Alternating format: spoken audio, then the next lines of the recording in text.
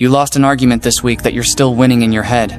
I know because you're replaying it right now, not the real version, the director's cut. The one where you said the perfect thing at the perfect moment and watched their face change. In your head, you're devastating. In person, you froze. Your chest locked up, your voice flattened, and the sentence that came out was the safe one, the beige one, the one that kept the peace and cost you a piece of yourself you won't get back.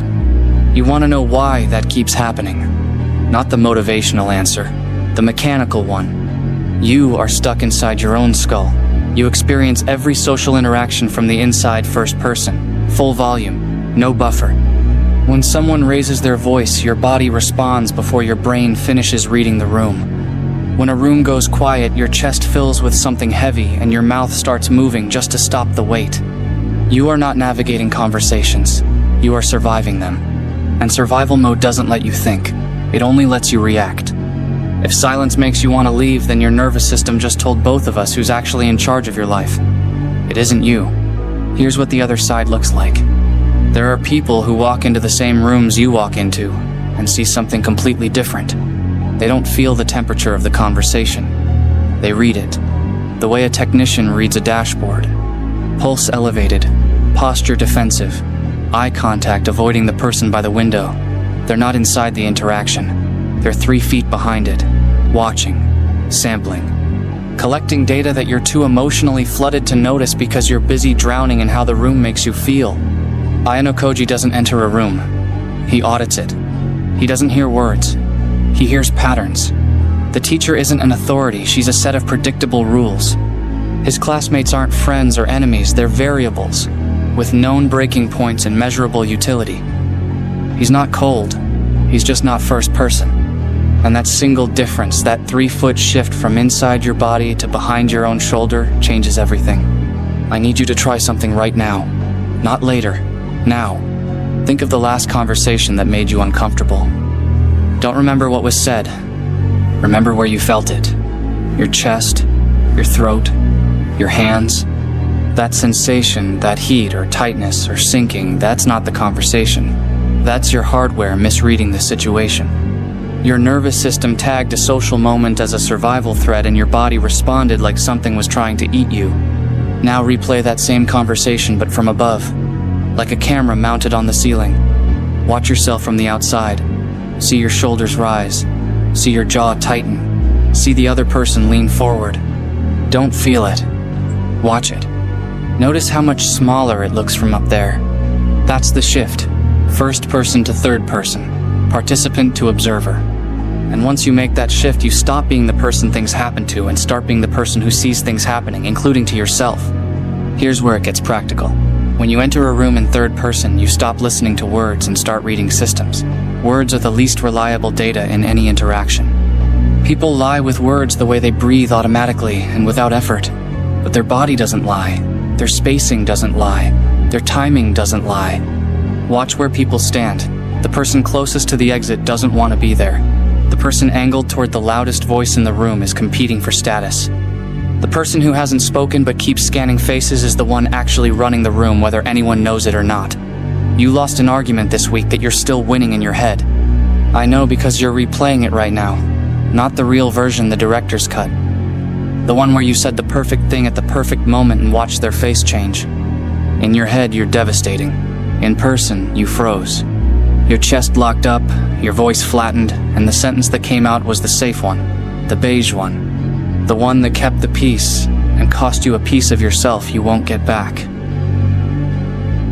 Watch hands. When a specific name gets mentioned and someone's grip tightens on their phone, that's a signal they don't know they're sending.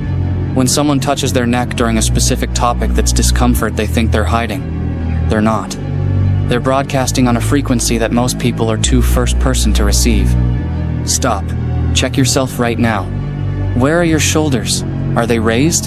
How shallow is your breathing? You've been absorbing this video and your body has been responding to the content without your permission. You didn't decide to tense up.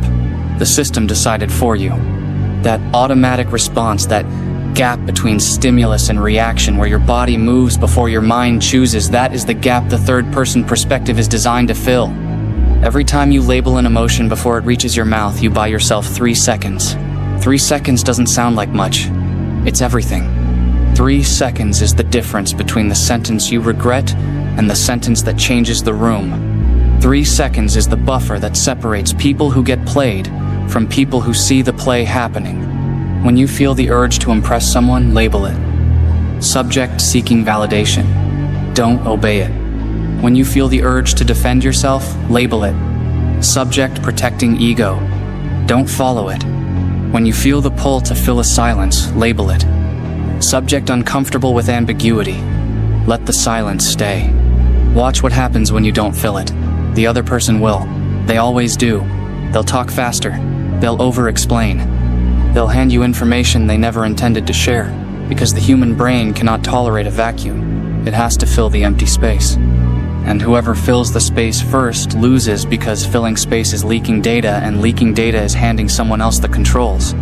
This is where Ayanokoji's logic meets Johann's void. You're not just watching.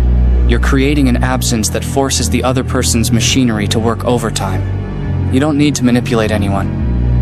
You just need to be still enough for long enough that they manipulate themselves right in front of you. Now here's the part I need to be honest about, because this is where most videos like this become dangerous. The third-person perspective is a tool. It is not a home. If you live there, if you spend every waking moment behind your own shoulder observing instead of experiencing, you don't become an architect. You become an audience to your own life. You'll read every room perfectly and feel nothing in any of them. You'll predict every conversation and enjoy none of them. You'll see every pattern and miss every moment that wasn't asking to be analyzed. I've watched people master this and lose something they didn't know had value until it was gone. The ability to be surprised, the ability to be moved, the ability to sit across from someone and be fully inside the conversation instead of floating above it, grading their micro-expressions. The skill isn't living in third person. The skill is choosing when to step back and when to step in. The surgeon operates in third person, so the blade is steady. Then the surgery ends and the surgeon holds their child, and if they're still in third person during that moment, then the protocol ate something it wasn't supposed to touch. Your homework is one interaction, just one, today or tomorrow. Step back 3 feet, float behind your own shoulder, watch your mouth move, watch their eyes respond. Label every feeling that rises in your chest before it reaches your face.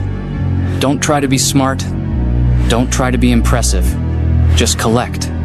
Notice how much more you see when you stop performing. Notice how predictable people become when you stop reacting. Notice how the patterns, the same 3 or 4 loops everyone runs, become visible the moment you stop being tangled in your own. Then, when the interaction ends and you're alone, step back in. Feel your feet on the ground. Feel the air in your lungs. Let yourself be first person again. Let the world be loud and messy and unreadable for a moment. Because the point of seeing clearly isn't to stop feeling. It's to choose which moments deserve your full presence and protect them from the noise that used to steal them. The system is yours now. The dashboard is live. The only question is whether you'll keep being the character on the screen or finally sit down in the chair behind the camera. The view is better from here, I promise. Terminal offline.